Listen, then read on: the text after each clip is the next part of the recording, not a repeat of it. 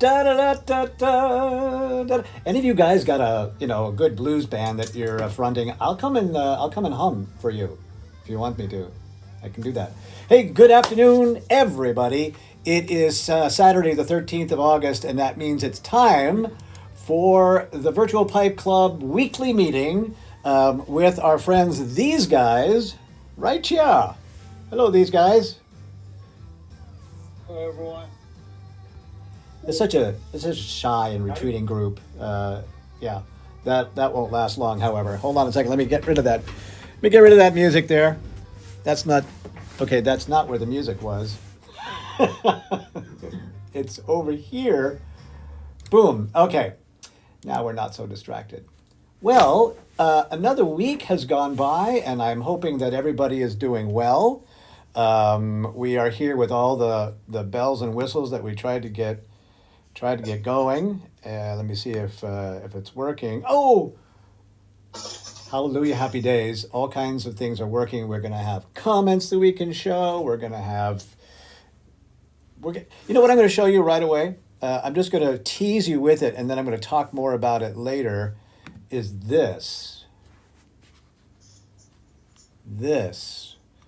and this.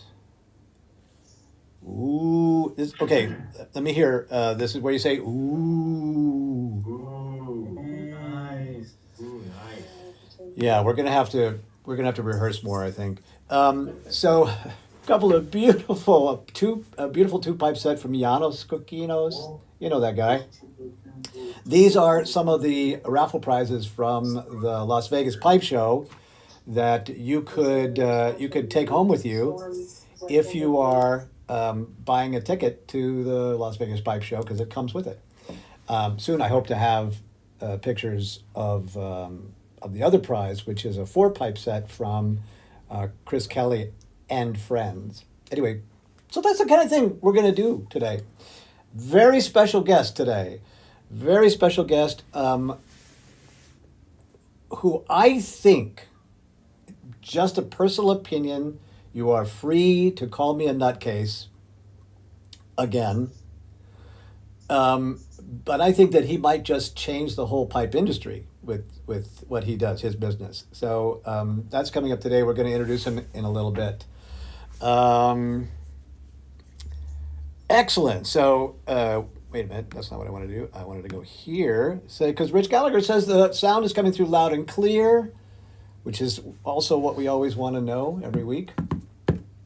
And we're going to get started here with our weekly tradition called Pass the Virtual Pipe, da-da-da-da, where we find out what you're smoking and what are you smoking. My wife says that to me all the time. What are you smoking, man? But if you are ready to share that information, put up your virtual hand.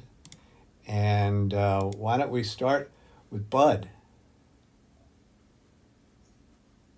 Good morning, everybody. I was talking earlier. It's about 90 degrees here on my patio in Southern California, and there's a little bit of breeze, which makes it tolerable.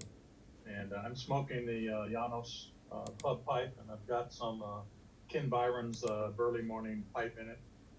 And I'm going to, we're thinking about putting in a order to Crystals for some HU tobacco, my pipe club, and so I'm smoking some next, some HU Darkmoor, which is kind of a Virginia dark fired combination. And let me see, I'll even smoke that in our Bones Club pipe. And let's jump over to pass the pipe to Randall.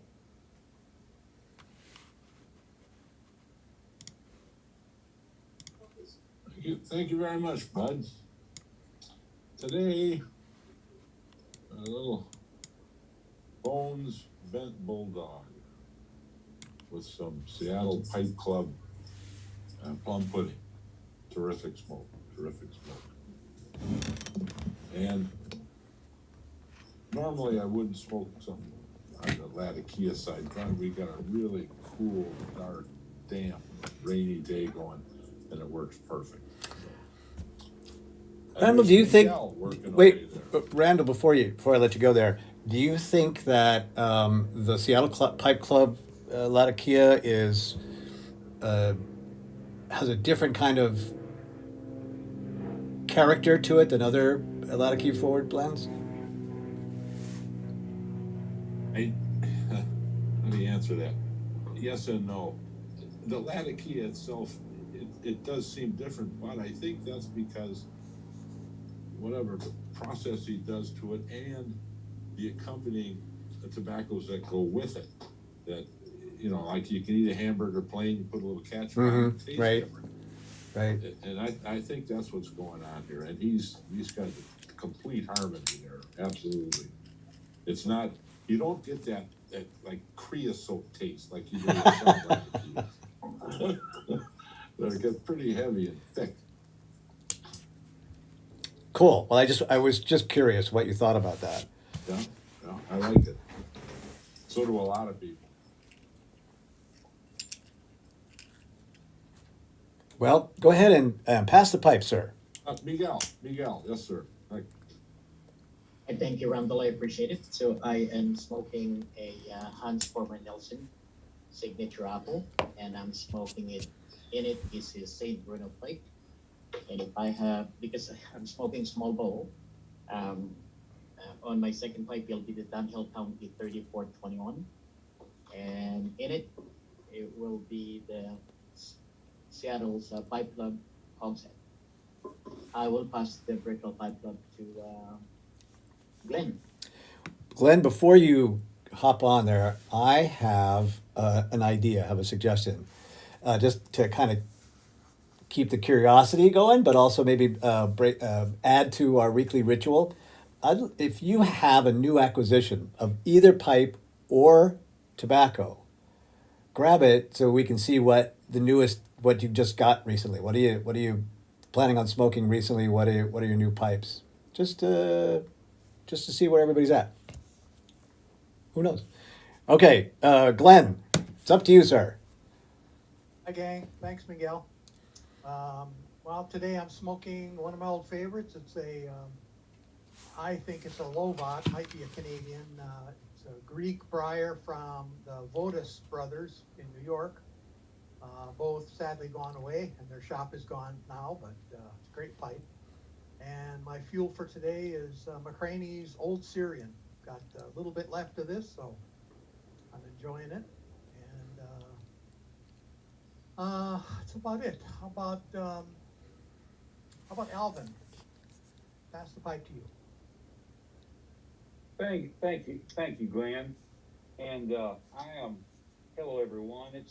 It's a warm 99 here in Austin, and but like I said, I'm in my air-conditioned garage, so this is where I reside during these kind of days. I am smoking my Ecclesias pipes Liverpool, and it's just a black sand glass Liverpool, really light and just a fun smoker. And I'm smoking in it, and now this is pretty young compared to what some of the tobaccos Glenn smokes, but it's some Dunhill Deluxe Navy rolls from 2011. And I was had a friend at a tobacco shop there in San Diego, and he gave me a call saying, "Look what I have found, some 2011 Dunhill." So I told him, okay. Well, I called the store and they shipped me a couple of tins of it, so it's pretty good. And if I finish this bowl, I will probably just have some Ken Byron's Burley Morning Pipe as my second bowl. Okay, and let's see. Well, let me pass it on to Mr. Sergio. Go away, Sergio. Take it on. Thank you, Alvin. Good morning, everyone. Today, I'm smoking, let me see, I don't see my picture here. We see ya. Okay, I got it here. I'm smoking I love this is nice, this is a Dunhill Lobat, a fishtail. I normally don't see Lobats with fishtails. This one has a fishtail on it, very comfortable. And I'm smoking Virginia Perique. One of my favorites Virginia Periques is San Bernard. Mm. Right? This is from Dan Tobacco. It's one of my favorites vapors. Great. And then after this one, PDR mentioned just bring something new to the table. And this is one of my new tobaccos that I really enjoy. I tried for the first time about 2 weeks ago from HU. It's called Coming Home. And it's a great, this is a Virginia Burley with honey and nuts flavor on it, and a little bit of rose oil. It's a very balanced, aromatic. You fully taste all the tobaccos, tastes delicious. And I don't see that my pipes get ghost with this. It's not like a late one. It's very balanced and it's an all-day smoke. It's one nowadays. It's like one of my favorites, maybe aromatics. I would say so, and it's delicious. I really highly recommend it. Coming Home from ASU. Well, I'm gonna pass this to Tim. Thank you, Sergio. It's nice to see you today. And okay, so today I'm smoking a pipe that I made. This is I don't know what you call it, like a teardrop or dewdrop kind of bent shape pipe. And It's a bird's nest. Bird's nest. Okay. Bird's nest. That's Don't, beautiful. don't you think like a little swallow's bird's nest? It's gorgeous. Oh, thank you. Thank you very much. And in it, I'm smoking some. This is a new tobacco to me. Davidoff Blake medallions. Second time I'm smoking. It's Virginia Perique. It's in those kind of medallions like Gun Deluxe Navy Rolls and Bullseye Flake. Virginia Perique and a little center of Black Cavendish. And after that, I'm probably going to go to this Peterson 4AB. And in it, I will be smoking some London mixture. So, new acquisitions. Well, I'm expecting one, I'm hoping for one on Wednesday because that is the day that Peterson is releasing the 14B, which is their pipe of the year. And it is basically this shape, the Mark Twain shape, which was, very, very popular. And Wednesday, 6 o'clock, smokingpipes.com will be releasing it, so you know where I will be exactly at 6 o'clock, because this thing is probably going to go really quickly. They've been putting out some special editions, and like this one was the pipe of the year last year, and this thing just went like that. Yeah. There's just a lot of fans out there. So you got to be quick, and I also learned that you can't really shop around with these. Like you can't look at this pipe and look at the blast on this one compared to, I don't know. You pretty much got to look at one, grab it, get it in your cart, and buy it because it's gone. I've had that happen once or twice, so I learned my lesson. But that's it for new upcoming acquisitions for me. And then, of course, there's the Columbus show this weekend. My guess is I will probably find something there, more than likely. Nice. And Tim, I have the 14B and the Rua Sandblast, TF2 Sandblast coming. Oh, excellent, wonderful. So, I'm looking forward to that. That's good. That's wonderful, Alvin. It's going to be a great pipe. They always seem to be picking a very popular shape from yesteryear. So, okay. So with that in mind, I'm going to pass the pipe on. How is the Peterson tattoo going? Oh, you know what? Haven't gotten around to that though. But I will be wearing my Peterson shirt at the show. I will be wearing that. But See you at the show, Tim. See you at the show. I'll see you at the show, Alvin. Thank you. Okay. Sergio, thank you for reminding me of that. I need to get to work on that. So anyway, with this in mind, I'm going to pass the virtual pipe on to another member of the Sherlock Holmes Pipe Club who has moved down south, and that is Sean McConnell. Take it away, Sean. Hey, Tim. It's great seeing you, and Sean as well. The other Sean. yeah, I just moved down to Savannah, Georgia, so I'm still getting got boxes everywhere, but I pulled out a few tobaccos, few pipes. But when I did move down here, I went to our local pipe shop, Ye Old Pipe Shop, and picked up this ADS in the smooth, which I do have a sandblasted version of this. And in that, as an homage to Boston, some Paredes, Boston slices, because, you know, you can move them more to the south, but you can't take that northeast out of them. So with that, Perry, it's nice and sunny over there. What you got going on today?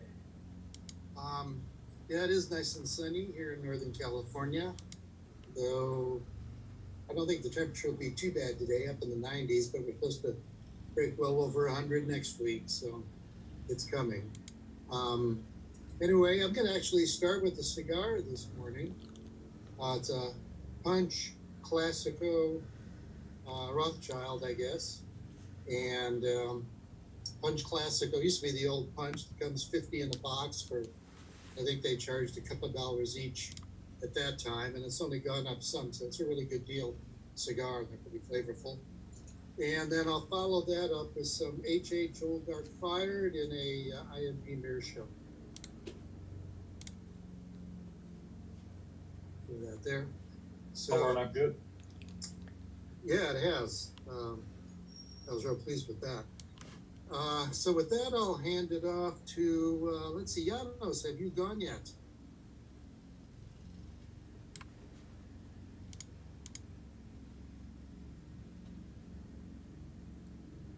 I can't hear you. Sorry.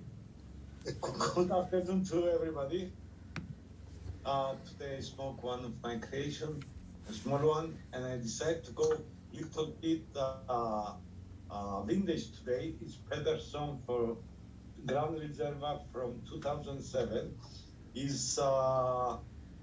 Which is Virginia blend, is light aromatic, and I have another 2 or 3 bowls, and I will pass the pipe to Steve Spen. Steve? Thank you, Janos. Hey, good day, everybody. Good morning, good day, good evening, wherever you are. Good to see everybody. Beautiful day here in the Midwest of the U.S., Central Illinois. Today I'm just smoking my little Peterson tankard. Just becoming more and more fond of this pipe the more I smoke it. In it today I've got some Cornell and Deal Crooner, kind of taking a break from Virginias. I've been smoking a lot of good Virginia blends lately. Old Virginia Flake and bouncing back and forth between the new Sun Bear, which I think I mentioned last week.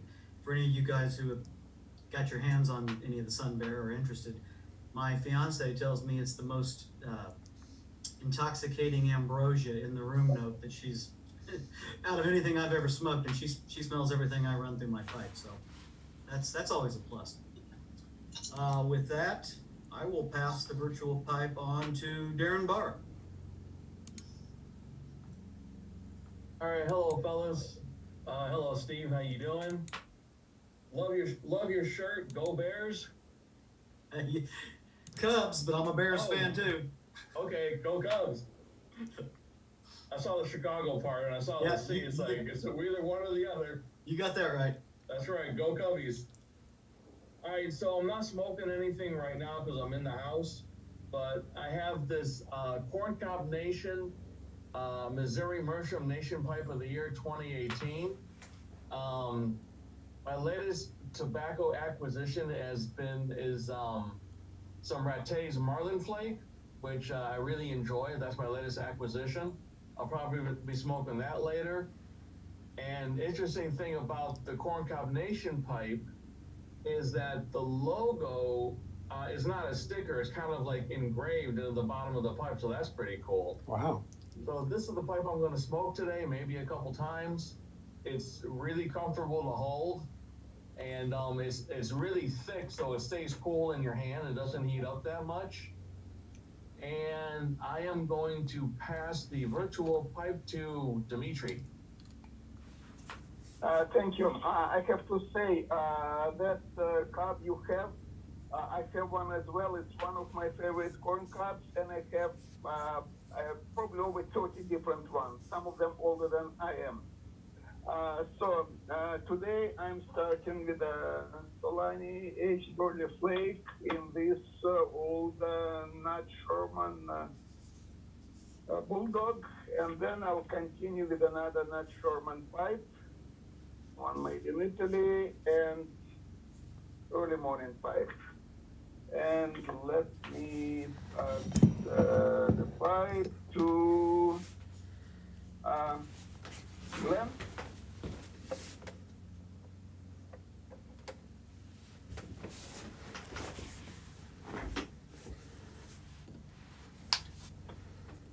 I've already been, but thank you.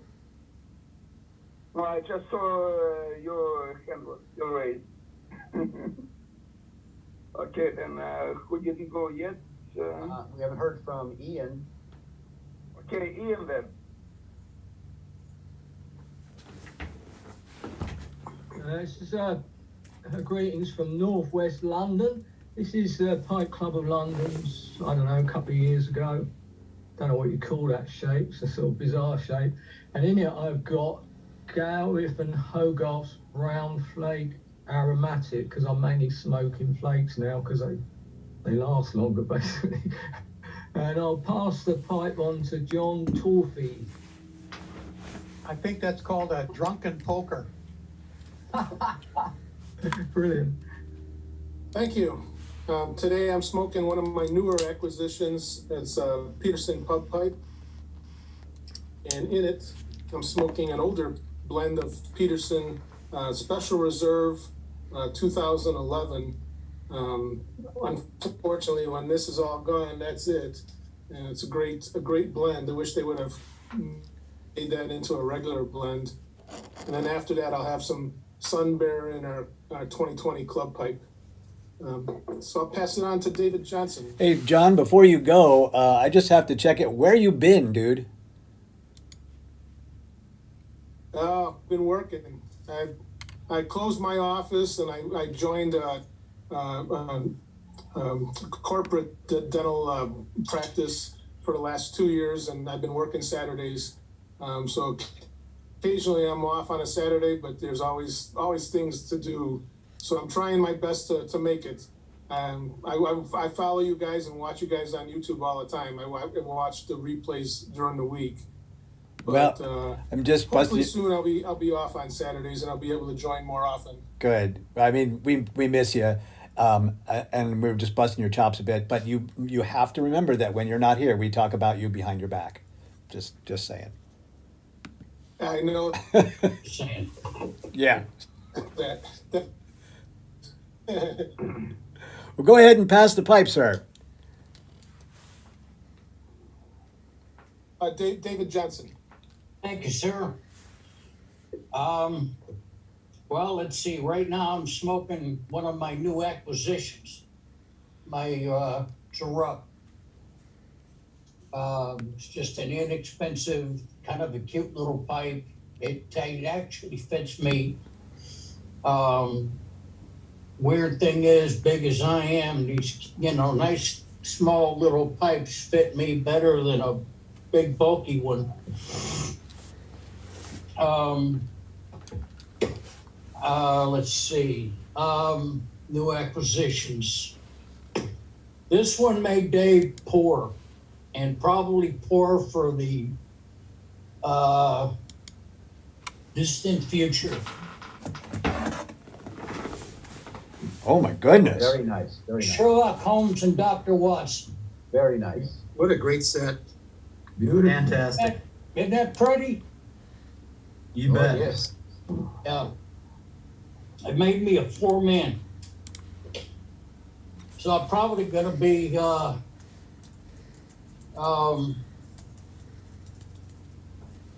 sucking at the horse trough, as they say, this month. But, well, whatever. I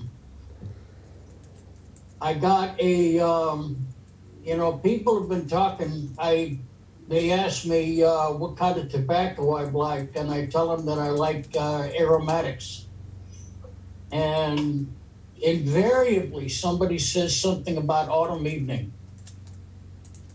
So I went ahead and ordered a couple of ounces of autumn evening, and I've smoked through it, and I like it. It's very nice. So, and I've got a couple of pounds of other tobaccos. So until I'm tobacco poor and broke, I'll be smoking what I've got on hand. And I've got almost 100 pipes to smoke them in. So I think I'll be all right. I'll keep myself afloat. And I'm going to pass it on to Amir M. Have fun, sir. Hello, everybody. I'm smoking this in this Stanwell billiard, and it's not new pipe, but I like it. And tonight it's the first and the last smoke of this day to me, because it's late night here. It's around 11 p.m. I'm smoking 40 Flake Samuel Gawi 40 Flake. It has a Lakeland essence. It's the second bowl of this. I opened it yesterday, I think, and it's good. I couldn't say it's great, but it's tasty as smoke. Yeah, I like it. Anyway, thank you. And I don't see any raised hand. I think everybody talks about it. So I pass it to the David. Well, thank you, sir. And it's good timing right now. I think there's a bunch of guys who haven't raised their hand. If you want to raise your hand and do a little bit, do it now, so that otherwise. Ramachandra is there. Ramachandra. Farrell Foreman? Farrell? I think Farrell is trying to speak. Yeah. Yeah, but it's like back in grade school. Raise your hands. You know what to do. There we go. Because otherwise, I'm going to show a couple things, and then we're going to go and introduce our special guest for the week. But Dave's here. Dave, take it away, buddy. Hi, everybody. Yeah, I was trying to get in, and I'm late to the party, but I've been listening in on YouTube. Anyway, yeah, I'm smoking our fairly new acquisition. It's a fairly good sized Costello Shape 65. Just love the pipe, but I just wanted to say to you, David, thank you so much for promoting our Las Vegas International Pipe Show. And with that, is there anybody else that needs to be introduced? Let's see. Just want to say I'm glad you made it, Dave. Oh, I saw you on YouTube, and I wanted to make sure you got over here. Yeah, I appreciate that. That was me to put in all those directions. Well, that much appreciated. Yeah, I see my partner in crime down here is Brian Levine is in the room, so I'm gonna let him. Oh, I love to hear him. I'm gonna. So I'll pass it to pass the virtual pipe to Brian. Can you share the pipe, Dave, again, please? Yeah. Okay. Very nice. Beautiful. Thank you.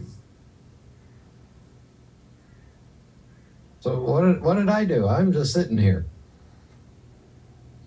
Well, that was the problem. I think that's the point. Well, what are you smoking, dude?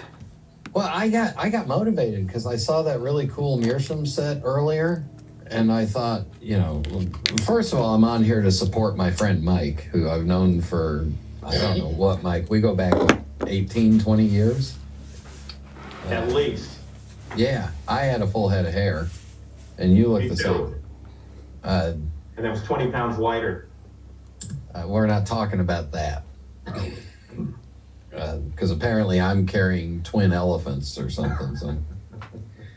All right, so what I'm smoking is I got motivated by that Meerschaum set, and I thought, you know what, I haven't smoked one of my Meerschaums in a while, so I thought I would pull out the, this was given to me by McClellan, and it's a Meerschaum that they made for their 25th anniversary, and it's got their logo on the front of it. They made 25 of them, and they gave me one, so.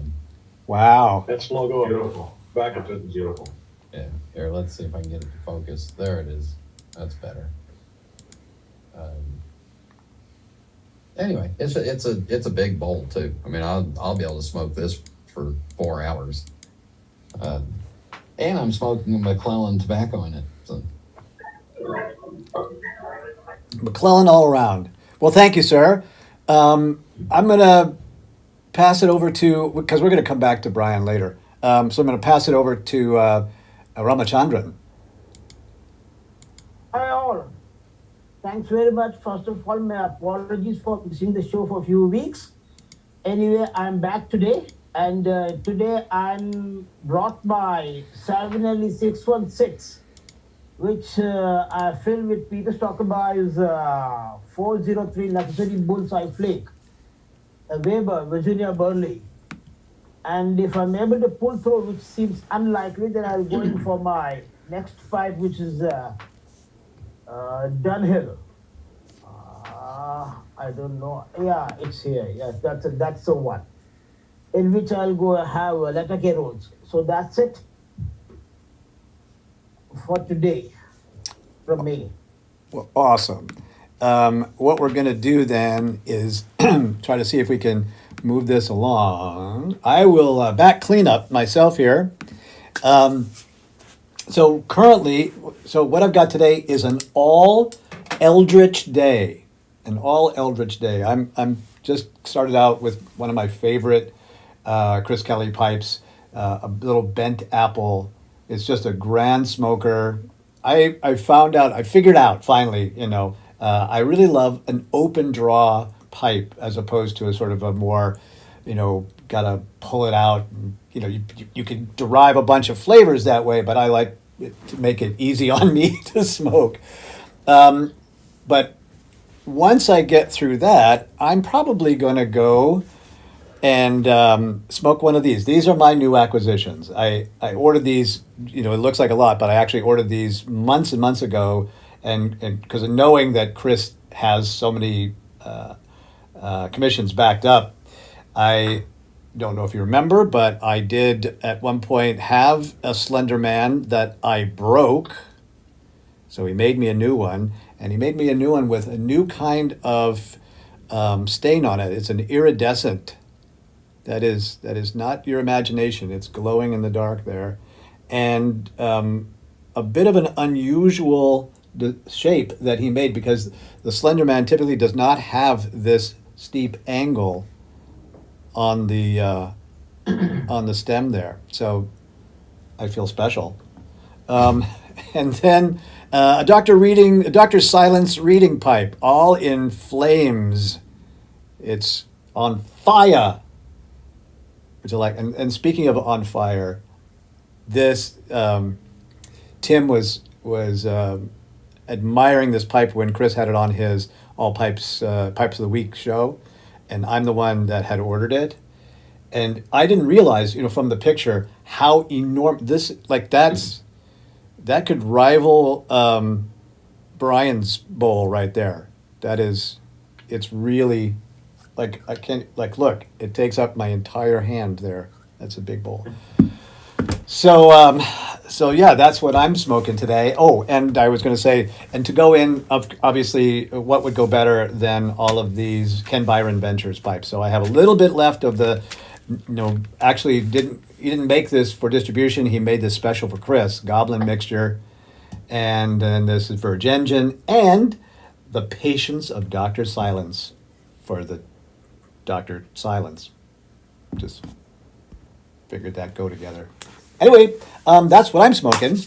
Now, in a second, I want to introduce, by the way, oohs and ahs, gentlemen. Ooh, ah. So DDR, on that third pipe you showed, Yes. Is that acrylic extending into the bowl? It is, and this is I'm not quite sure what he said about the process that he had to use, but it is a special process to marry these together. So this is Breyer. This is not some kind of fancy acrylic, and he's fused it. DDR, can you put that closer to your camera? Is that? There we go. Oh, great.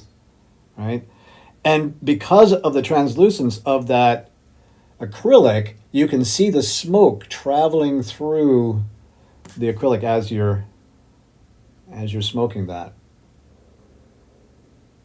I saw that on his site, and I was just like, I think I need that in my collection. Those fusion pipes are beautiful because Just gorgeous. So yeah.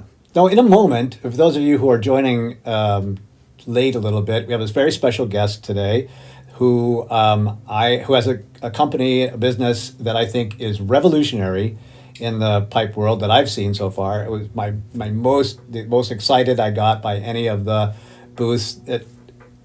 Not to downplay how great the other vendors were, but just like this one was very unique. But before I do that, I want to talk a little bit about our sponsor here, the Las Vegas International Pipe Show. I've been trying to talk about this every week, but it's coming up, October 21st to the 23rd, and you can go to the website and buy a ticket at vegaspipeshow.com or vegaspipeshow.com. I think either one will get you there. And so a couple things about that. Going to be a ton of really awesome vendors at the show. We've got a partial list that you can go to the website and find out who's going to be there. But of course, two things that make this show really, really special. One is that when you buy your ticket to the show, you also get a couple of raffle tickets for the chance to win two, not one, but two different pipe sets. I have pictures of one of them to share. Here is the set that Janos Kokinos has supplied. It's a 2-pipe set of the same design as our pipe of the year, with 6 additional stems, or I guess 4 additional stems, but 6 stems altogether that you can mix and match, and just like your set of Barbie dolls, right? And then there's another set which I don't have pictures of yet, which I'm going to have soon, I hope. A 4-pipe set called the 4 Horsemen, and it's from Chris Kelly and a bunch of his friends up there in the UK. So that's, and you get that for the same, like altogether for the price of your ticket.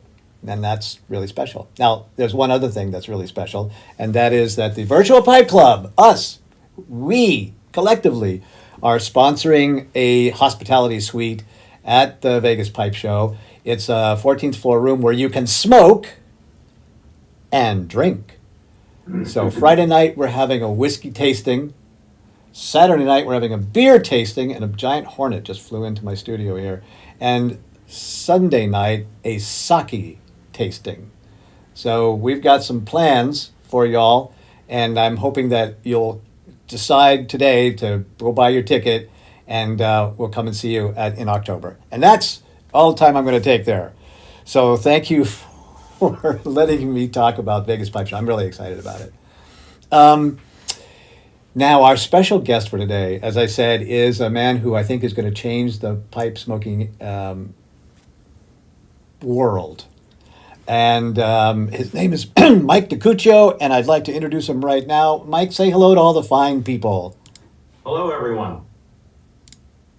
Thank you for the kind words, David. I appreciate that very much. Hello, Mike. Welcome.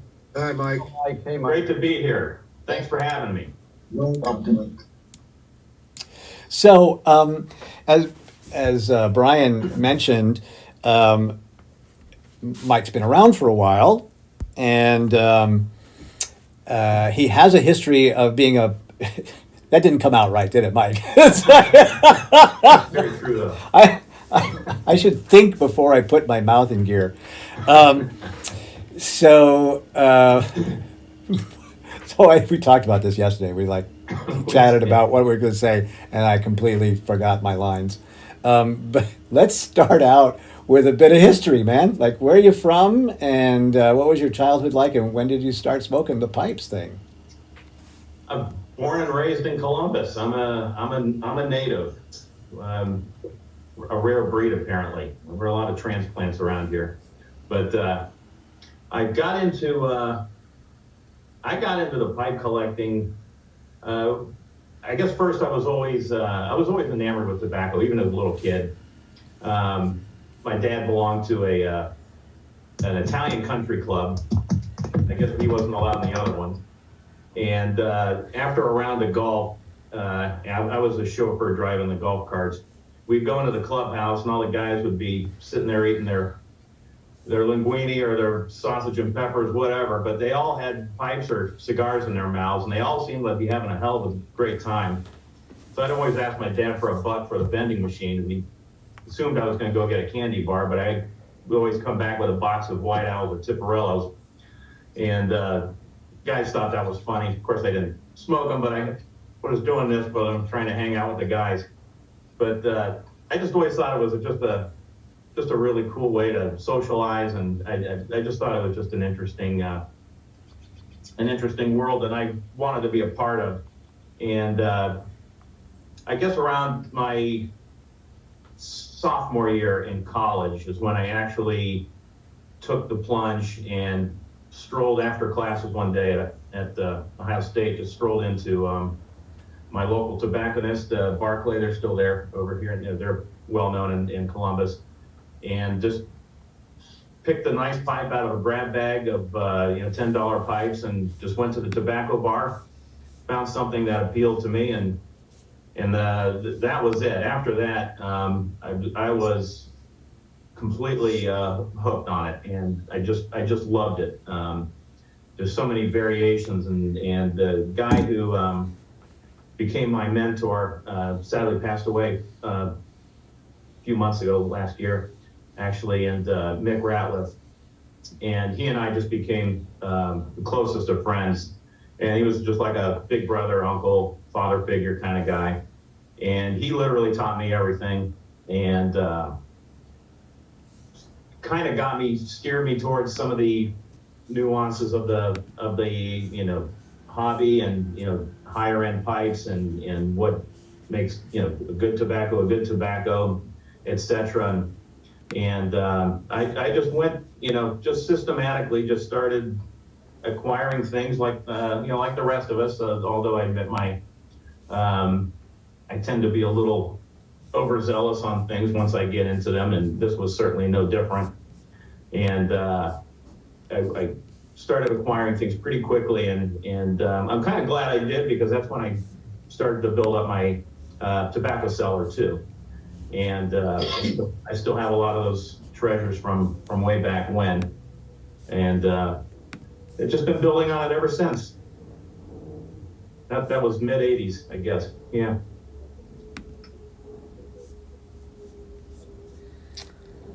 And that's it? That's your whole life there? That's it. That's all. That was all you got?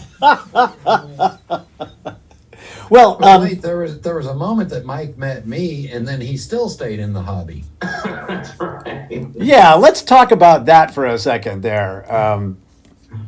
I think there's a story to be had there. Brian, why don't you talk about, I can tell that Mike's a little shy, but I know that's not a problem you have there. So what do you know about this guy? No, I mean, Mike is one of those guys that I actually know his name. So that means that, we've known each other a long time, and would always run into each other at Columbus and occasionally the other pipe shows in the area. And Mike, I was trying to find it, but I think my daughter absconded with the old Mickey Mouse golf bag tag and ball markers that you gave me. So I still have the Disney World pipe that I promised you. It's still sitting there. It's yours. No, I mean, Mike's just one of those good guys that is always at the pipe shows and is always nice and friendly, and you want to hang out with. And now he's gone and put money and effort into building a business in this. I'm wondering if he's a little on the stupid side, but yeah. Completely mental. Well, let me tell you a little bit about what got me all excited about meeting Mike and seeing the booth that he had there. then maybe we can get him to talk a little bit about the origins of it and where it's at right now. So, as many of you know, the entire pipe world breathed a big sad sigh the day that eBay cut off even the sneaky pirate way of selling tobaccos on eBay, and slapped the hands of anybody that tried to sneak around it. And so we have other alternatives. We've got like Steve Fallon and a number of other retail stores that do sell vintage and hard to find tobaccos. But it's pretty much like there is one price, and depending on where they acquired it, you have no control over the amount of money that it costs you to get, and a limit on what's available, because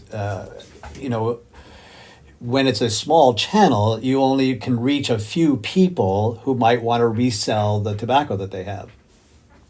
But here I walk by this booth, and it's like the dream of what eBay could have been, if it were owned by pipe guys, and with a much wider channel to get tobaccos and pipes into this auction site. I think that this is going to be a brand new way that people are going to find the tobaccos they're looking for. Mike, by the way, I'm going to have Glenn hold up his McCraney's Syrian again, because this is one I think you need to have on Tinbids somewhere. So, he got one actually on the site. Is it on the site? Yeah, it's actually starting bid at $1 right now. Well, I'll see you guys later, because I'm going to go on the website and bid on it. Anyway, Mike, is that a fair assessment of what you've got started?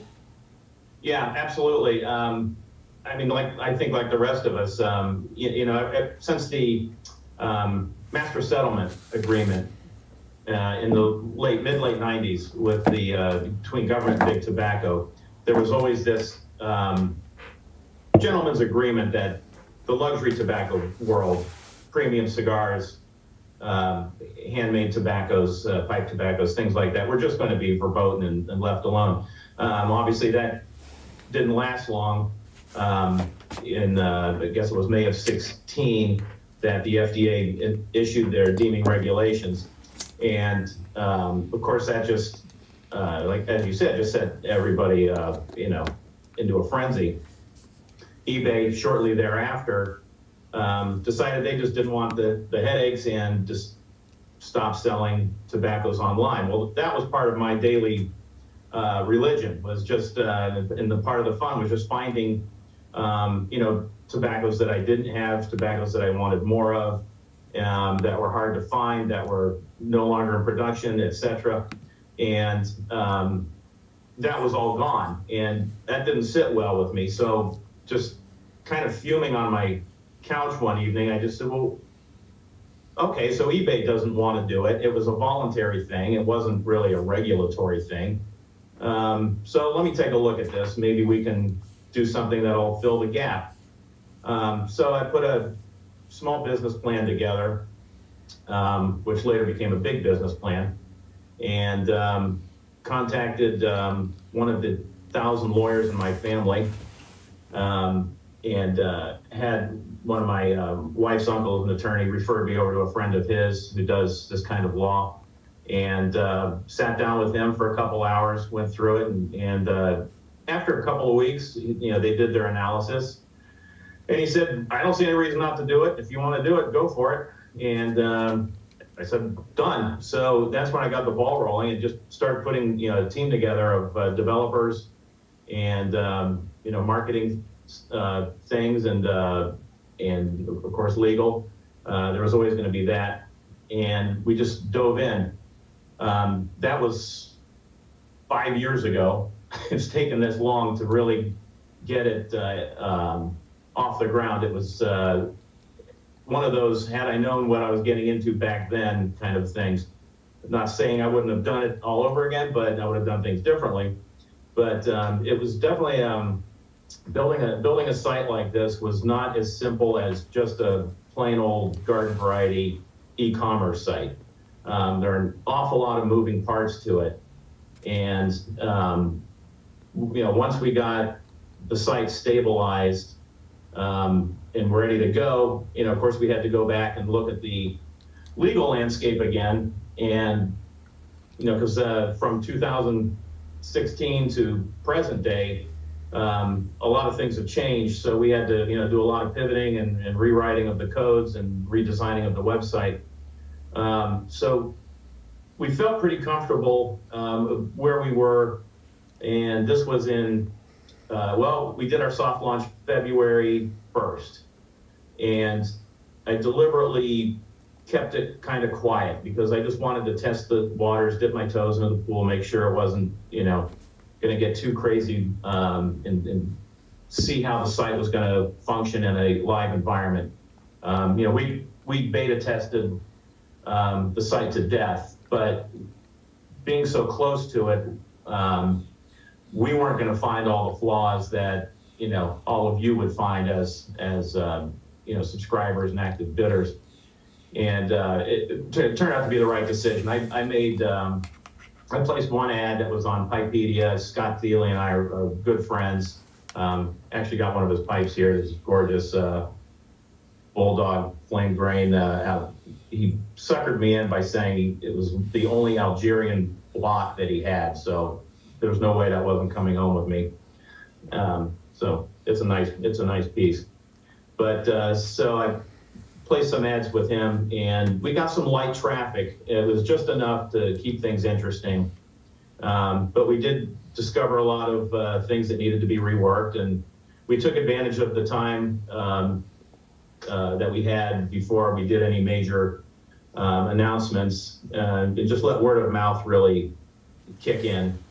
And from the February 1 soft launch to our official announcement, which was at the Chicago show in May, the site was completely rebuilt from the back end to accommodate all the changes and the regulatory requirements. And we worked feverishly to get it ready for that show. And of course, we make modifications every week. There's something new that's going on with it, but the site that we had in February is not the site that you guys see today. Well, it's a completely redesigned and more robust, and I'm really pleased with it. And I think it's that people have now discovered it. I think it's a really beautiful really starting site. to use it a lot. I think it's a really beautiful interface there. Thank you. Just a second, I'm going to open it up to questions from the members here, and I just want to say also, if you're watching over there on Facebook or YouTube, if you've got questions for Mike, type them into the comment section and I will pass it along to him. But I just have one question before I open it up. I once watched a little video from what's his name from Amazon. I'm getting to that age where I can't remember even Bezos? Yeah, Jeff Bezos, talking about the very first sale that they made on Amazon. He said they had it, they were all in some little room with bunches of computers everywhere, and they had it rigged up to a little bell that would ring when an order came in. And he said one day the bell rang, and they had been testing it by their friends and relatives ordering something online. And the first one that came in, and they're all looking around going, do you know that person? Do you know that person? No, that's not related to me. It was their first actual sale. Right. Do you remember your first actual sale on the site that wasn't your uncle? Yeah, it was an exciting moment. We finally got a hit, and it wasn't a test or a dry run. It was an actual sale. And we were elated to see it, and it just started going after that. So did you break out the champagne on that one? I think we did. We had a little prosecco, so that counts. Awesome. Well, let me open it up to some questions. If you've got some questions for Mike, why don't you guys go ahead and stick your hands up there and ask. I think there's a lot of things that Mike could share with you. Yeah, Dimitri, go ahead, sir. Well, I don't have questions at the moment. I just want to say thank you so much for doing this. That's what our community desperately needed for years since eBay shut down tobacco sales. And also, I love those two clay church verses behind you. Well, thank you very much. I appreciate the compliment. That's nice to hear. Perry, yes, sir. Yeah, Mike, you sell rare and out of production tins. How do you go about finding them? It's all user generated. At first I did a lot of, I posted a lot of the items myself just to seed the site and, to get it going.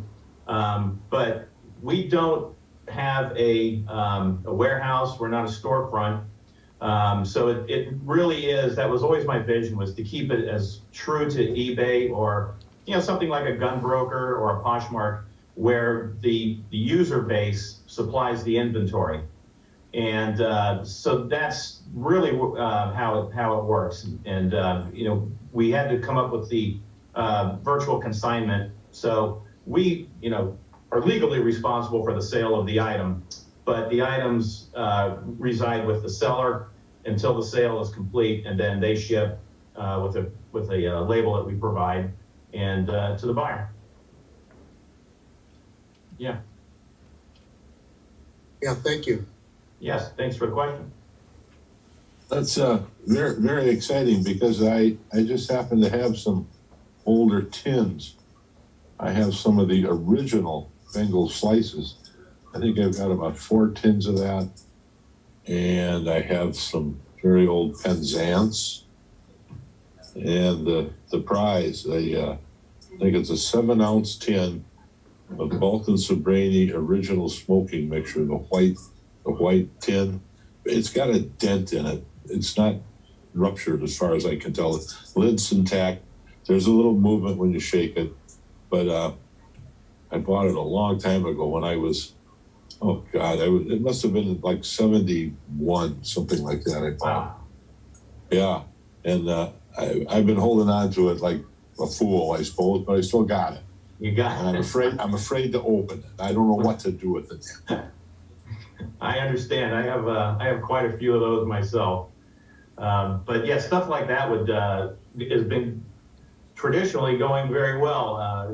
Just from the tracking that we've had the past couple of months, a lot of our demographics, we can see we're literally spanning the globe, and I'm really happy to see that the entire world has taken notice. I would obviously like to see more activity out of Europe and Great Britain, but what was surprising, though I was counting on it because I did do a considerable amount of research, was that the Asian market was kind of an unpolished gem. And as soon as we launched, I noticed almost immediately that buyers from China, especially closer to the Hong Kong region, were flocking to the site by numbers I couldn't even believe myself. And they're really their love of the hobby and their passion for these luxury tobacco products is quite apparent with the type of the bids that are being placed and their acquisitions of these items. So the esoterica stuff has really been going gangbusters on the site. For obvious reasons. We go into these 3-5-year droughts, before really seeing a good stash of them hit the retail shelves. So it's not really surprising, but it's good to see,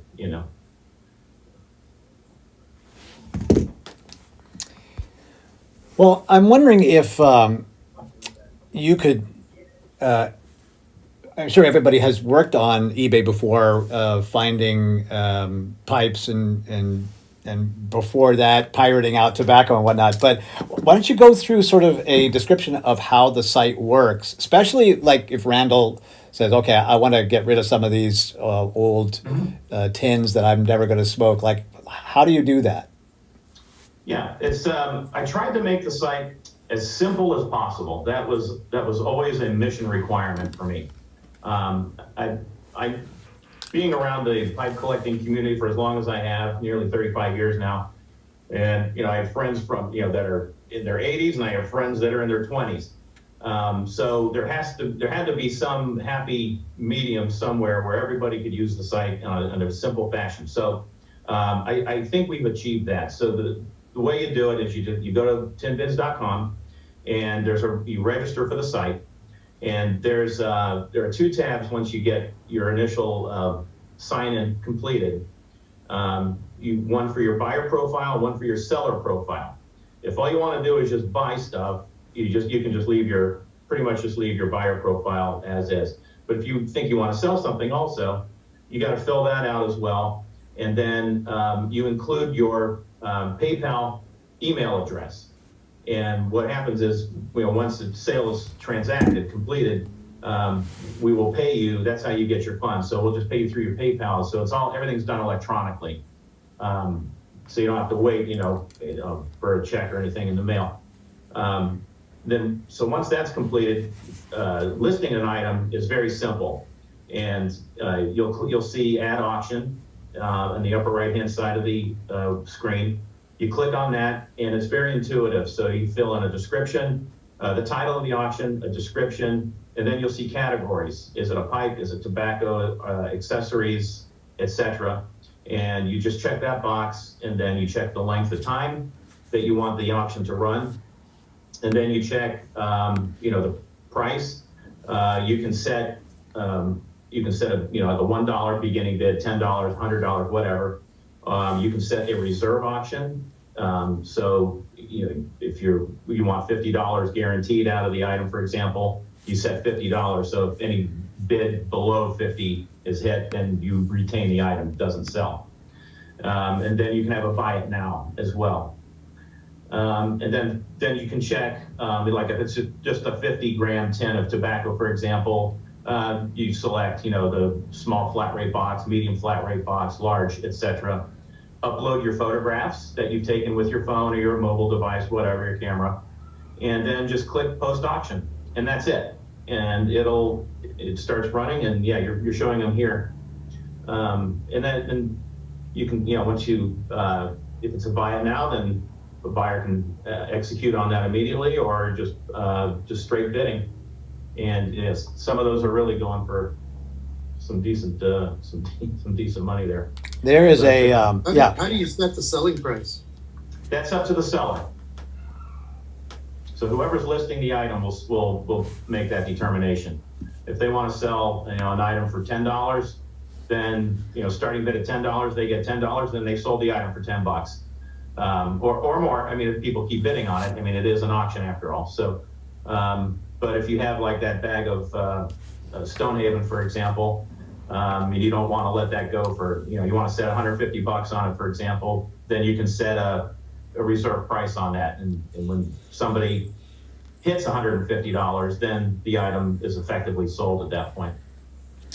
Mike, I have a question that's come in from our YouTube audience here. Two of them actually. Rich wants to know. He said, "I noticed on the site there are some states that you're not allowed to ship to." He's asking for if you could rattle off a list of those, but also explain why two buddies who make this transaction with a seller still should not ship. Yeah, unfortunately, that was one of the things I was alluding to earlier. Is the legal landscape has changed from 2016 to present. There weren't that many prohibitions from state to state when this began. I think there's the big four, which are Washington, Utah, South Dakota, and Maine. Tobacco is prohibited to be shipped from an electronic source. You cannot buy it online.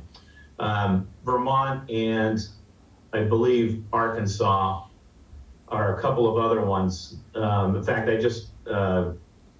we just had a user from Vermont who was contacted us a couple weeks ago, and he was saying that he buys tobacco all the time online and stuff.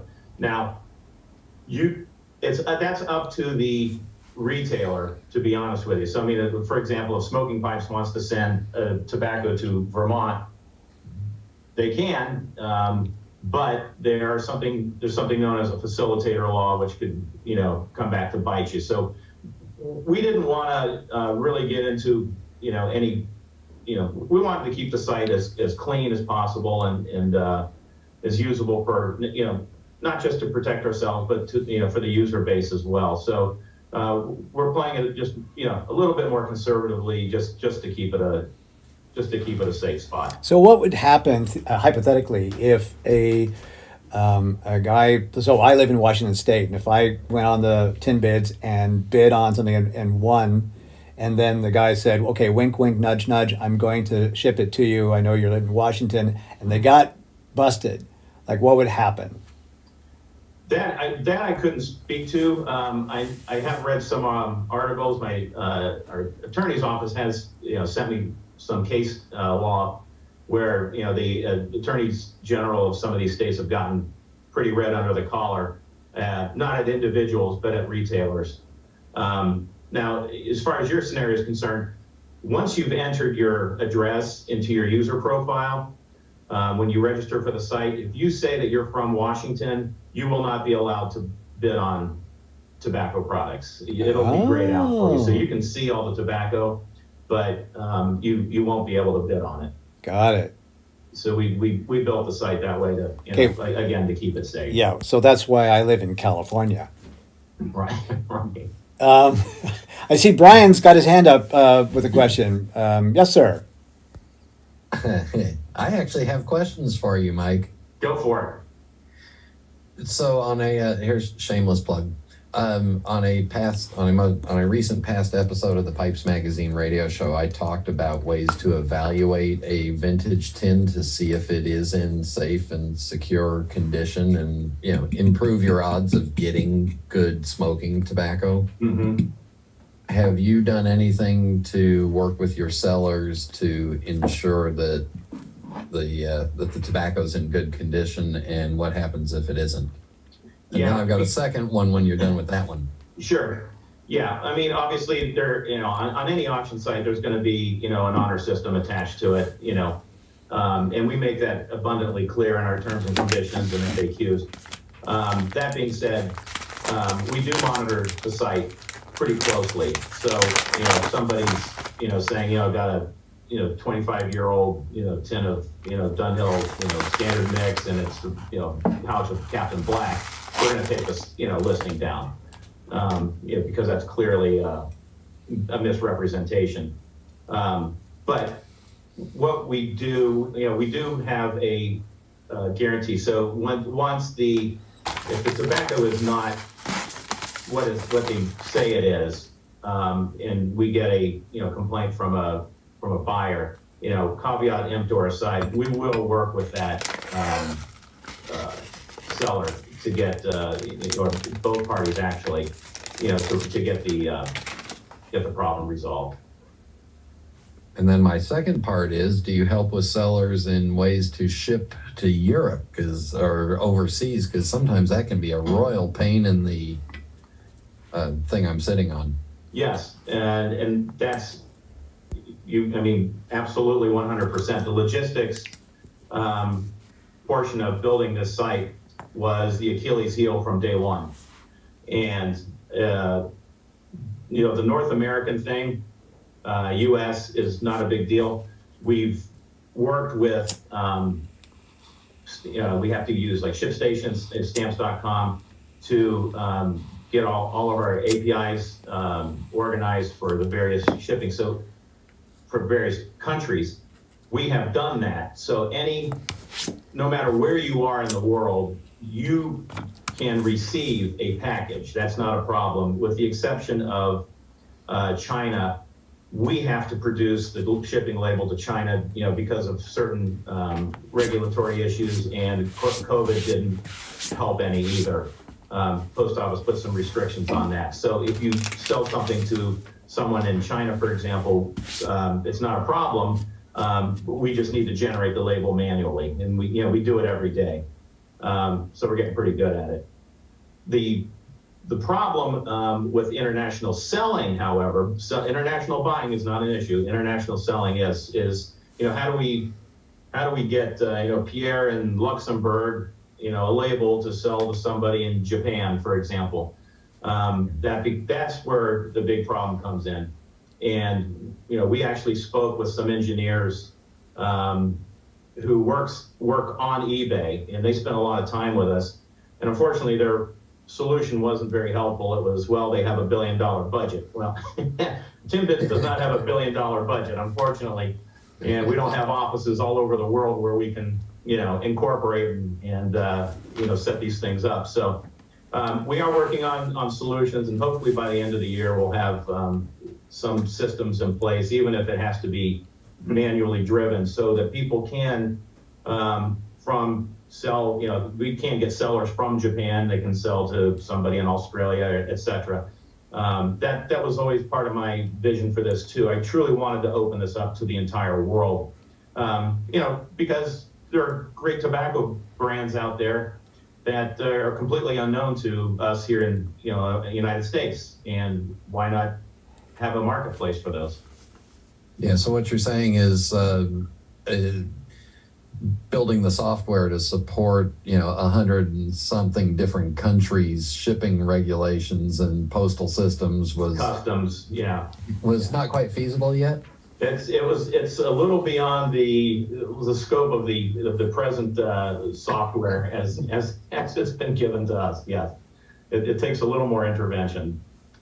From somebody who's been in the industry, I believe the cost to build that system would exceed the total annual sales of pipe tobacco in the world. Probably.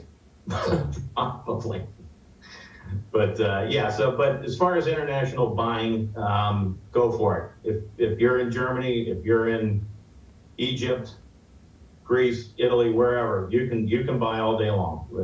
We have in fact, my daughter was in Spain studying for the summer, and I had her buy a few things just to test it out, and it's perfect. So label generated beautifully, and that was it. So now you're going to pay $20 for your item, so make sure you really want it.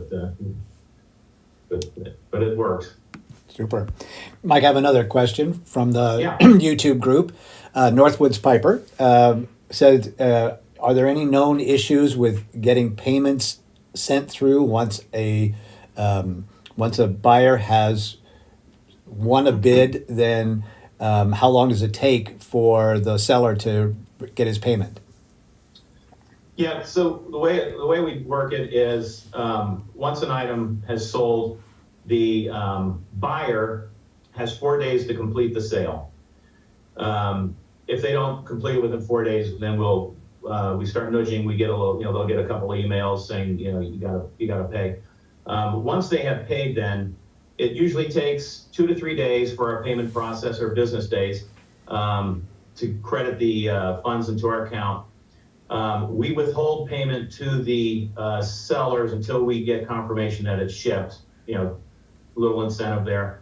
Once we see that the label's been generated and it's shipped, then we disperse the funds to the seller of the item. So the whole thing, maybe a week, to get your funds, or less, depending on how quick these things happen. If the sale takes place on the weekend, for example, we might see the funds credited Monday or Tuesday. Item ships Tuesday or Wednesday, you'll get your money that day. Awesome. Amir had his hand up there, and thanks for being patient, buddy. Go ahead. I have a question, but I know the answer is maybe no, but have you ever tried to send a package to Iran? Because in 2018, I bought about 15 tins from Copper Joe's, and they sent me to Iran, and I bought lots of satirical blends from them once, and it was a nice deal. But I don't know if it's possible now or not for you. Yeah, I can't speak to that. We haven't had any hits from that part of the world yet. I can tell you that I did not see that. I ran on the prohibited list or cautionary list. We check that frequently. It's a short list, fortunately. Like I said, China was one of them strictly because of COVID. New Zealand also because of COVID. Cuba for obvious reasons. But North Korea. But I didn't see Iran on the list. But I can double check. But if there's if there was an issue, obviously we would just refund your money if there was a problem with that. Yeah. So great. Thank you. I want to just pause for a second here, if I might, give another plug for our sponsors, the Las Vegas Pipe Show. If you are just joining and didn't see all this before, sit up and pay attention. The rest of you guys can go get a drink of water. The Las Vegas Pipe Show is something that I'm very excited about. Under some new guidance from Brian and Dave, and it should be a fantastic new show. Since Brian's actually here, would you like to spend just 2 minutes? Give us the Reader's Digest version. And by the way, vegaspipeshow.com is the website, and but it's better to hear it from the horse's mouth here, so to speak. I got the other end of the horse. Yeah, so the show is shaping up to the fact we've sold out the Palace Station. The Palace Station Hotel and Casino, all 500 and some odd rooms, is sold out on Saturday night. There is no more room at the inn. Thank God it's not December 25th. But attendance is looking... we've sold 30% more hotel rooms than the show did back in 2019. Wow. So, going to be a lot of people. The website is actually the first time that anybody can go online and see the list of the current paid exhibitors. So you can see who's got a table. We also have a social media studio where a couple other podcasters are going to be recording and doing their thing live there. Shane Ireland from Smoking Pipes is going to be doing some stuff, doing some videos there. We've got some YouTube channels that will be set up and recording there. I heard from Mike at Briar Blues that there's 28 or 29 different YouTubers that are going to be wandering around the show. So yeah, it's just, Dave and I wanted to bring a pipe show kicking and screaming into the 21st century, and it's coming along. If you are planning on attending, we would greatly appreciate you booking your admission online or your table rental online as soon as possible. We've got some gifts that everybody gets when they sign up and pay, so we need to know how many of those to print. We're using a dated admission badge, so we need to know how many of those to print. So the more you go online and pay and sign up right now, the better off we will be. You will be able to smoke your pipe in the showroom and in our 2,000 square foot smoking lounge that will be open. The smoking lounge will be open 5 to midnight on Friday, 10 a.m. to midnight on Saturday, and 10 to 3 on Sunday. We also are the only pipe show that I know of right now that is encouraging you to room hop and go to the 14th floor of the hotel and room hop. We're working on ways for those that aren't staying at the hotel to make sure that they can get up to the 14th floor. Brian, those of you that are listening, odds are all you have to do is say, I'm going to visit David Dorian Ross on the 14th floor, and give his room number. And yep, Brian, in that access granted. In that screen that you have behind you of the Palace Hotel, are those top windows the 14th floor? No, the 14th floor is actually the 13th floor because there's no 13th floor. But I believe the tower is 28 stories, something like that, 26 stories. So we're kind of in the middle here. So if you look, well, let me see if I can get my finger over there. That's DDR's room right there in the corner. Both DDR and Dave were wherever Dave went. I can't find him on the screen. Screen's gotten so big I can't find you, Dave. Dave's going to have a hospitality suite that'll be hosted by him and the show. So come up to the 14th floor and make new friends and see virtual friends in reality, and bring money. We're also, everybody that comes to the show is getting a drink ticket that's good for 1 cocktail or 2 soft drinks at the little cash bar in the smoking lounge. So this is actually something that I haven't heard anyone talk about. Having been in my day life, my other life, gone to lots and lots of trade shows and exhibitions and conferences. It seems like, we all always focus on going to the pipe shows because of the pipes we're going to see and the pipe makers and the blends that are going to be, sold off at ridiculously low prices. But really, seriously, the most important thing about a conference like this is the other people that you'll meet, making new friends. If you're in business for, any reason, that's how I met Mike. You go to create new relationships like that and may take your entrepreneurial venture to new heights this way. Go, and that's really the reason to room hop. Those rooms are the best place. They're a little bit smaller and more intimate than the smoking tent. They're a place where you can have some, serious, see what I did there with the serious conversations with people.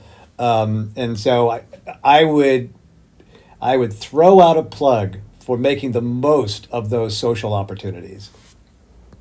Yeah, it's really, my pipe smoking technique is a combination of 3 or 4 different people's preferences. And the way I learned those was by meeting these people and having them show me how to tamp, how they pack a bowl. And for many of us now that don't have a really strong brick and mortar near us, this is a chance. You may not need to buy a pipe right then and there, but now you'll be able to put your hands on a pipe and talk to the person selling it, or even walk up to somebody that is smoking a pipe that you like and ask them about it and see it in person. Smell a blend in person. A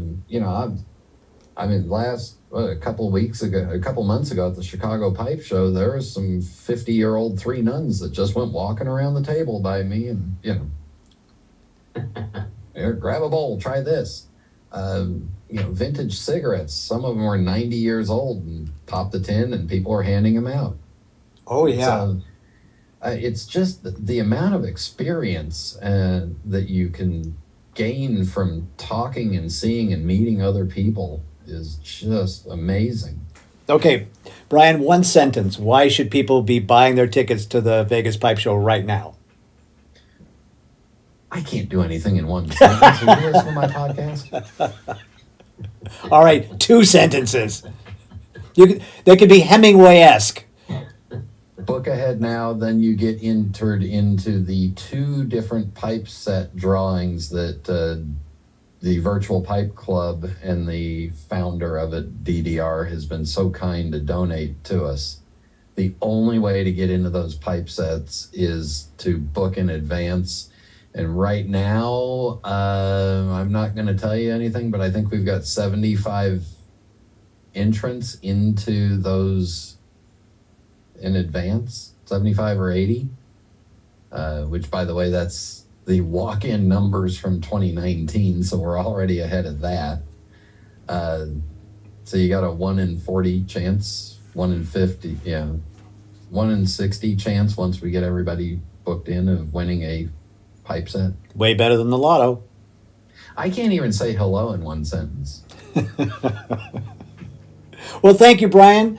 It was just really fortuitous that you were here so we could have you talk about that. But let's get back to our guy. Come and guest meet speaker. Mike in person because he's going to be there with his I will be there. Tinbids. I will absolutely be there. I'm very grateful, Brian, that you took it over. I mean that sincerely. It was a sad day when the show was announced that it wasn't going to happen, and all of a sudden, wait a minute, it just might, and then it was you. I can't think of anyone better to have taken it over. So thank you, and good luck, and I'm looking forward to it. Mike, so now the site's up and running. It's had its redesign. How's it doing? Doing exceptionally well. It's we're getting an awful lot of traffic.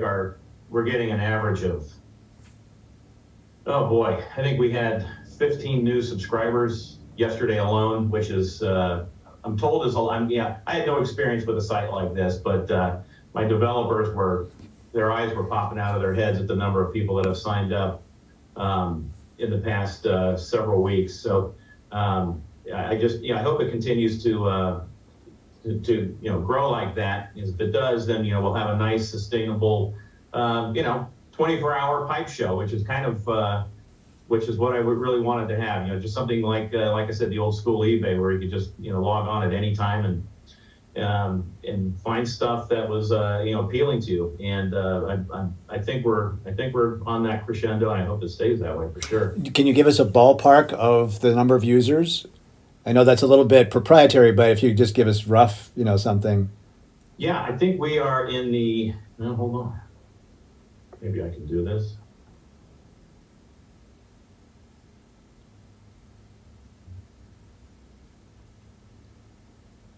We're over 600 now, and that most of those have happened in the past less than 2 months. I'll say 45 days. We've had an enormous growth spurt. And it just keeps going. That's pretty awesome. I have a question for you about that. Yeah. On eBay, there are different classifications of sellers. Ones that have some gold stars as known sellers and have high ratings and whatever. Are you going to institute something like that on your site? Yep, we are. That's actually that's a phase 4 development feature, and that will probably roll out maybe Q1 of next year. We're trying to get a lot of the nuts and bolts things hammered down right now. So coming in October, hopefully in October, we're going to have a relist item. So if your item doesn't sell right away, for example, you can just click it, 2 clicks, and then you'll get your item relisted without having to repost it. Then we're going to have an edit and cancel feature if there's say you had a typo or you uploaded the wrong pictures. We get quite a few support emails. Guys accidentally upload. They get so many pictures taken, and then they instead of a Dunhill, they throw up a Peterson tin or something like that, and so we have to take the listing down for them so they can get the correct imagery up. That will all be user adjustable by the end of the year. So we do have a lot of things on the drawing board, to improve the site and just keep it fresh and keep it rolling. Awesome. Just kind of a thought in my head. This goes out to all the people who are right now just considering, gee, should I go and sign up for something? Some of the most successful resellers on eBay got in on the ground floor, got in early, or have longevity gives you a lot of advantages. And so, this is a good time to be one of the first. You say, I was one of the first 1,000 sellers on Tinbids, and you'll be famous. There we go. Exactly. What about pipes? So we've talked about the fact that you have lots of tobacco on the auction site. What about pipes? Yeah, we've had quite a few pipes listed. I've put several on myself. The guys just seem to be really gravitating towards the tobacco. I didn't. I mean, obviously I wouldn't have done the site if I didn't think we needed another outlet for tobaccos, but I didn't realize there was that much draw to that category. So the pipes, they do sell, they're just not as prolific as the tobacco has been. And we have other categories as well too. Of course, we have accessories and lighters, things like that. I suspect with more users that will sign up, we'll start seeing some more of those items populate the site. But for now, definitely tobacco is king. There's no question about it. Dimitri, I see your hand up. Why don't you jump in there? Yes, I have a question. Is the feedback feature same like on eBay? You buy something and then you leave feedback about the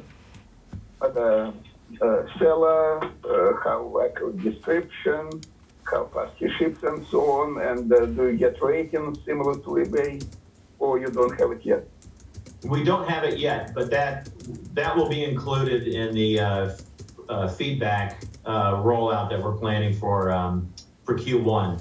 So if because I do want to make it a little more social, because I think that helps too, and people get to know. As David said, that they're we have you get more of a community feel, and sellers have some renown, and they with repertoire with the buyers, and it helps not just make it a little more of a tight-knit community, but builds trust amongst the parties. So we will be rolling. Thank you. Thank you. Yes, because when you see somebody with like 20 positive feedbacks and 10 negative, then you should be careful about that person. Yeah, precisely. Yeah. Exactly right. So what do you want to, what are the goals of Tinbids for growth coming forward, and what are you planning on doing to make that happen? Well, we just recently had a big ad launch on Pipes Magazine, which I was really it was really great to have that. I credit that with a lot of our recent user explosion. But coming up, we're going to be advertising in Pipe Club of London News Journal, which will reach the scope of their membership. I know is quite large. I'm exploring marketing in the Asian regions, Japan and China. My vision from day one, as I said, was always to make this a global and international thing. And it's really humbling to see so many people from all over the world embrace it, and to say that you have an international business. It's really great. We're loving doing this. But so that marketing is going to be our primary focus for the next couple of months, just trying to push things around the globe, literally. I'm going to open this back up to the questions from the members here in the meeting in just a moment. But I have a question that I'm imagining you've had conversations around this with your team and maybe with some of the other people in the industry. What do you think is going to happen as you emerge as a larger and larger reseller or auction seller to other sites that sell tobacco, people go and put their finished tobacco on those sites? What is that going to do to the overall landscape? Yeah, hard to quantify. I think our site is somewhat unique, and there are auction sites out there, of course, but none that are truly user generated. For example, JR has JR Cigars. They have an auction site, but they hold their inventory, and there are sites, like these wine sites. They sell these vintage wines that go for thousands and thousands of dollars, that are more in step with something like Pipes does. They send the wines over to them and they sell it. I think our site, because it is a marketplace where people just have can just come together and they can search for, whatever they want. And it's all, the price is driven by demand, and it's not, it's not a set price by, an individual or retail, a distributor or anything like that. So I think that's probably what's, what's going to happen with, the future. I just think it's just going to be, it'll hopefully just keep growing, but with more people around the world. But it'll be interesting to see what, happens with that market, with so many people from so many different places, looking for these items. Yeah, I'm curious to see I'm going to be keeping my eye on it. Sure. Yeah, Typically, we had a bag of esoterica sell for $400 the other day. I mean, and who could have predicted that? But somebody somewhere really wanted that, and so I mean I think that's the difference between a site like this and some of these other ones that are out there. conversely, I think a site like this could increase the availability of tobaccos, because now you've got people all over the world going, I'm in Iran, I've got an extra, Samuel Gawith that's not available anymore. I can post it here, and then there's another guy in India, Ramachandra's next door neighbor, and he's going to put something. Now, more supply usually drives down prices. So from a consumer side, I like that. Absolutely, yeah. I mean, and we've seen that happening already. I mean, in the beginning, there were some rare-ish Dunhill tins that were, going way above what I would expect to see for, market. But as you just pointed out, now that more people are using it and posting similar items on the site, that's kind of tapered off a little bit. So that's absolutely true.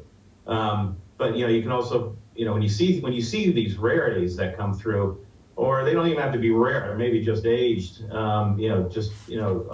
We had some tins of Christmas cheer that were from the early '90s, mid '90s, and they always go for a pretty high dollar amount, for obvious reason. I mean, because luxury tobacco like this, it truly is like wine. I mean, you can get buy a bottle of Mouton Rothschild today for a couple $100. We'll sit on it for 20 years. It's going to be a couple thousand.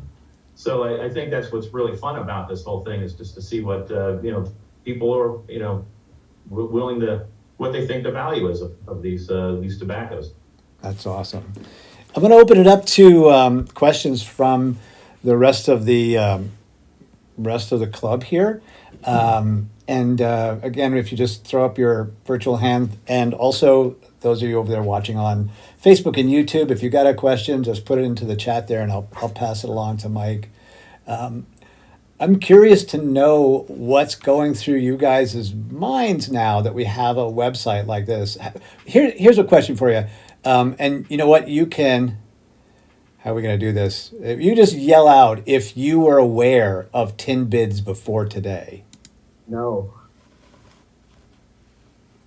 No, I was not aware. No, haven't heard of it.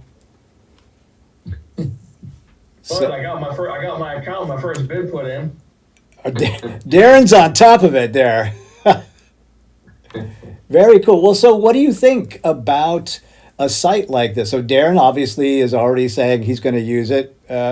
Anybody else planning on going to put up some of your, even if you aren't fully committed yet, what's on your mind? That's what I'd like to know. Well, definitely yes. Tell us a little bit more about that, Dimitri. Like, how are you going to use this?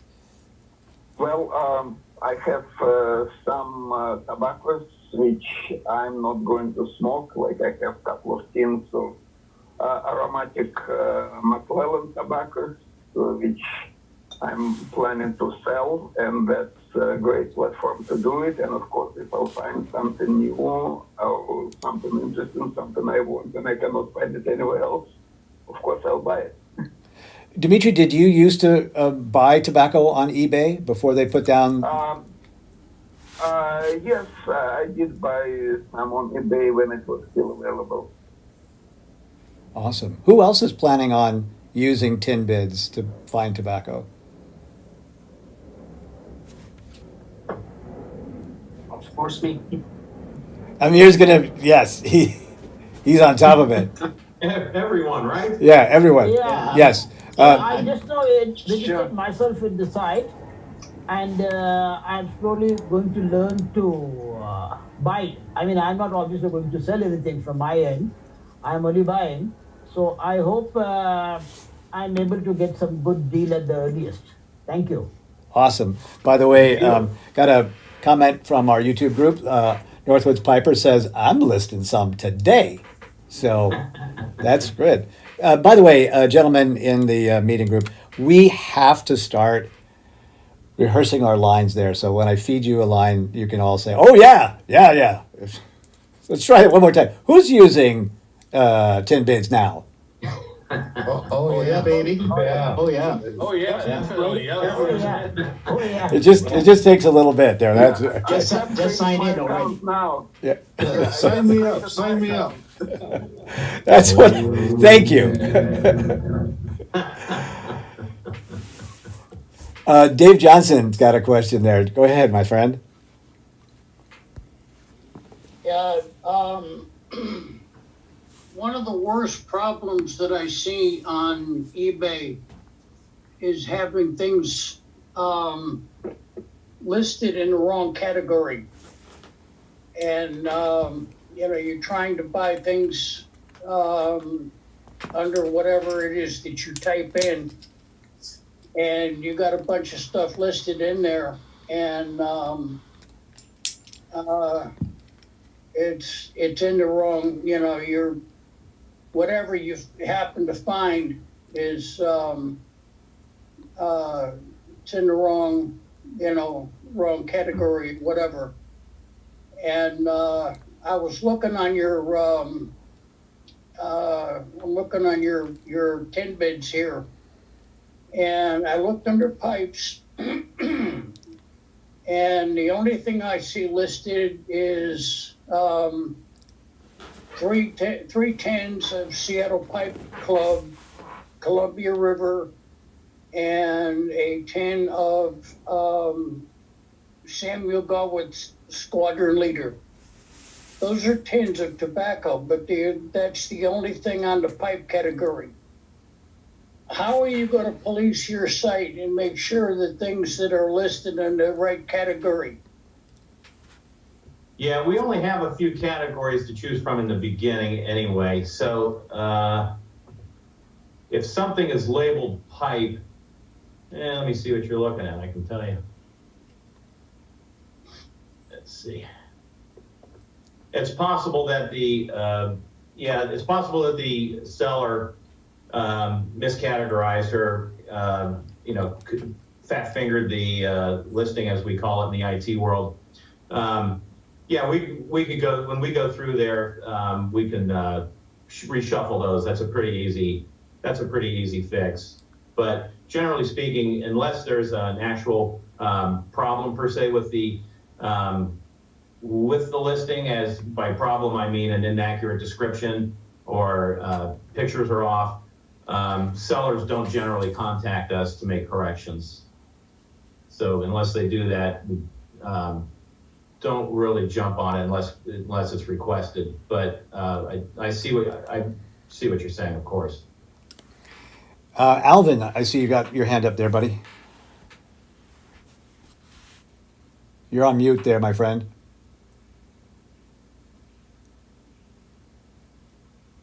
Alvin, you're on mute there, young man. Thank you, sir. Sorry, DDR. Mike, if you have a search feature, so if I'm looking for my crannies, I could just hit it, put it in the search field, and versus having to scroll through all the tobaccos that are on the site. Oh yes, absolutely. In the upper right-hand corner, you'll see a search window. So any active listing will be revealed by name if that's how you want to search it. Now it will not search completed auctions. That's in development right now as well. Yeah. Right. Sounds good. Thank you, sir. Anything live. Yep, thank you. One follow-up question. Sure. I assume you'll have a table at the show in Las Vegas. Now, will you have any tobaccos available for sale at your table? Probably not for sale. We may give something to the common good there for the raffle. We're going to be in the Columbus show here this coming weekend. Yes, I'll be there. Great. Well, I look forward. We'll stop by the table then and say hi. We'll do that. I will do that. But yeah, we'll throw a couple of tins there for the raffle. All right. Thank you. Yeah, Awesome. thank you. I just want to jump in here real quick because we're getting close to the end of the meeting time. Not yet, so don't all run off. We still got time to chat with Mike and find out more, answer more of your questions. I do this every week just so that people, are if their wives have been asking them where the hell they've been for the last 2 hours, you can say, well, we're almost done. Don't worry, honey. So that's coming up. As I do that, I wanted to let you know that next week we don't yet have a speaker booked. So it might be a really wonderful time. We do this from time to time and intersperse our guest speakers with a topic that we can all chat about together. The last one we did, revisiting our New Year's resolutions, I thought that was one of the best meetings we had, for a long time. So I'm looking forward to just chatting with you. If you're watching over there on YouTube and Facebook, this is an open forum, for us to hang out and do more.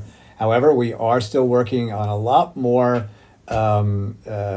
guest speakers after the Vegas Pipe Show is over. In November, for example, Marty Pulvers will be back in town, and we're going to have Marty come in and be our guest speaker because he was the founder of the Vegas Pipe Show. So I'm sure he's going to give us, his review, his 5-star review of the show. I see Dimitri's got his hand up again. Let's go back to Dimitri. Thank you. I just have a couple of announcements. First, if you're in New York and looking for some good tobaccos, visit Berkeley Rex. They just received recently some of Samuel Gavitt's tobaccos, including Squadron Leader. They have Sun Bear, the new Sun Bear. They have Horsehead and some other great tobaccos. So if you want to support your local brick and mortar and get some good tobaccos, that's a good place to find it. And another, unless you haven't heard yet, there is another new pipe show on October 1st, Saturday, October 1st, Capital Land Pipe Show in Albany. It's created by Nathan Davis. It's a one-day show from 9 a.m. to 5 p.m. So if you local in Northeast, I think that's a great place to be. Awesome, Dimitri. Thank you. And then I see Darren's got his hand up. Michael, could you please tell us the story of the clay pipes hanging on your wall?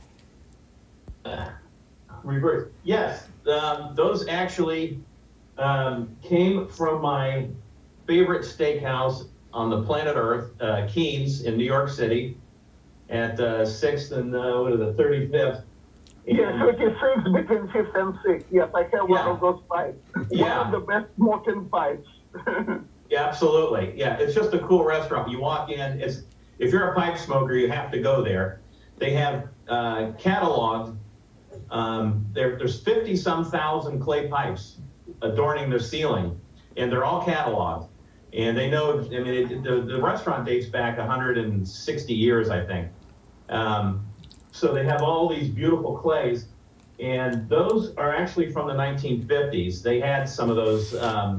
I befriended the waiter and went into the back room and came out with a couple of those things. And so I obviously ran with them. And right. So you do smoke those? Those are just for display. Those are unsmoked, but those are about 70 years old now from the restaurant. Okay. Yeah. All right. I saw the pipes. I was like, I gotta ask him about them. Yeah, no, yeah, that's where they came from. They're from Kiev. Yeah, you cannot smoke them anymore, but they still sell those pipes. Yeah. They made in Netherlands by Tinbids, one of the largest clay pipe makers. They smoke amazingly well, and they're incredibly cheap. It's like $30 a pipe.